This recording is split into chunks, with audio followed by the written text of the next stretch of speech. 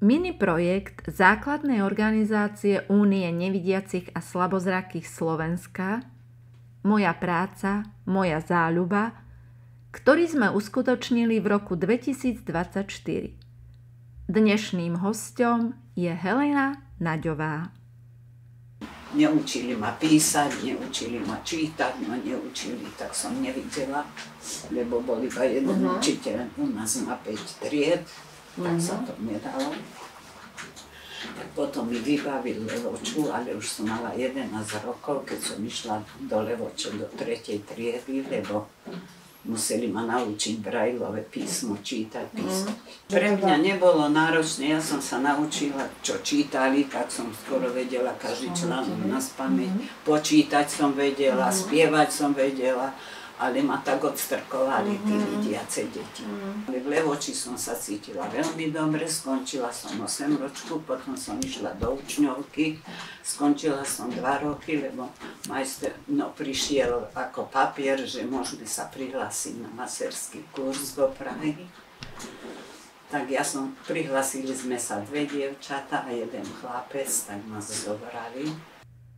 Keď sa ešte vrátime do čias, kedy Helenka prestúpila do Levoče, nevedela vôbec čítať Braillové písmo. Jej východisková pozícia bola horšia, ako mali jej spolužiaci v Levoči, nakoľko oni sa to už učili 2 roky. Napriek tomu, jej spomienky sú veľmi pekné. Ja som sa do mesiaca naučila písať. Ale čítať, to je postupne, vieš, ako mat si nacvičíš. Tak keď som skončila tú 8 ročku, išla som do učňovky, tam som sa učila za tkáčku. A po 2 rokoch majster vyhlásil: Helenka, ja ťa nemám už čo učiť. Lebo ja som mu pomáhala vypočítavať, snovať, navliekať do tých oných strojov tkácich. No ale to vedeli aj druhé, len oni nevideli. Tak mne to bolo ľahšie im pomáhať. Nemala som zvyšky zraku také, ale dosť som narážala do kadečoho. Ale pohybovať som sa videla. Len chodil do Levoče každý rok prímar z Košíc, očný, a mne vždy povedal, že operovať. No ale moja mamka, keď ma dala operovať a pokazili mi oči, ona nechcela už o tom ani počuť. Tak ja keď som chodila do Prahy, potom, tak sme chodili na prax po tých nemocniciach, po tých lázniach, oni tam mali také lázne. Tak ja som išla na očné, som sa spýtala, že či treba, že či naozaj by mi pomohlo operácia. No tak mi povedali, že pomohla by, nosila by som okuliare, ale že by som trošku lepšie videla. A tam som bola 2 mesiace v tej nemocnici, lebo ma 3 zákroky mi robili.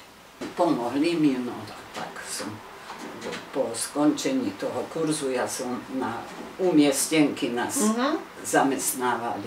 Ja som chcela ísť do Ružbách, lebo ja som bola blízko stade, ale mali sme jedného nevidiaceho z Ružbách, tak toho dali tam a mňa dali do Žiliny.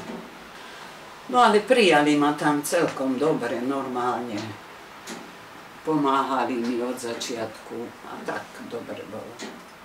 Všetko sa učili latinsky. Čo ešte obnášalo odborné vzdelávanie v tom čase? My sme aj nervy, aj kosti, aj svaly, aj čo inervuje, čo ovláda určité nervy, kde sa začína ten sval, kde končí, akú má funkciu, vieš, všetko sme sa učili. A ešte potom sme mali časť aj také interné, vieš, ale nie dlho, len pár hodín. Aj gynekológiu, aj urológiu, aj pľúcne a tak. Helenka síce začínala svoju profesionálnu dráhu v Žiline, neskôr sa dostala do Tu odpracovala v nemocnici 30 rokov Ako si na toto obdobie spomína?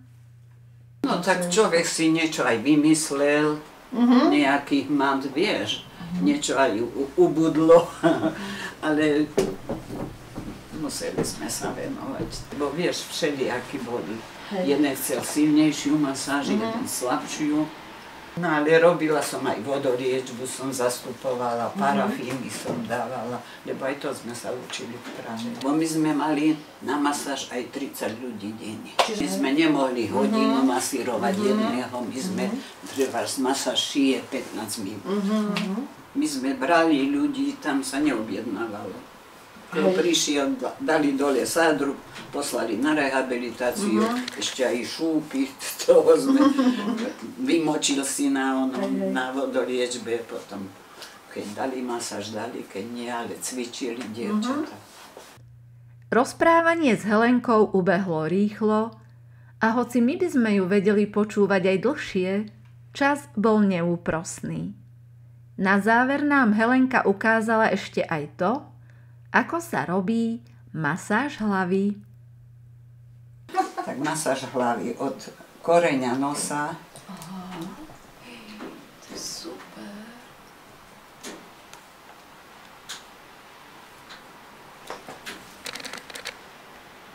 Také pohyby po čele, kruhové, kružné, teda až uchu.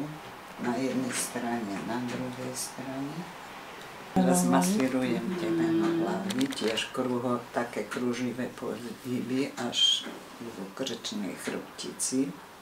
Ale to viac tých prameňov môžete, nielen jeden.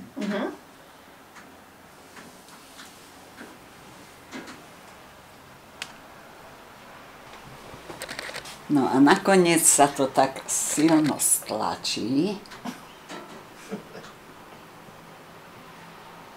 Pár sekúnd a potom veľmi pomaličky sa to púšťa.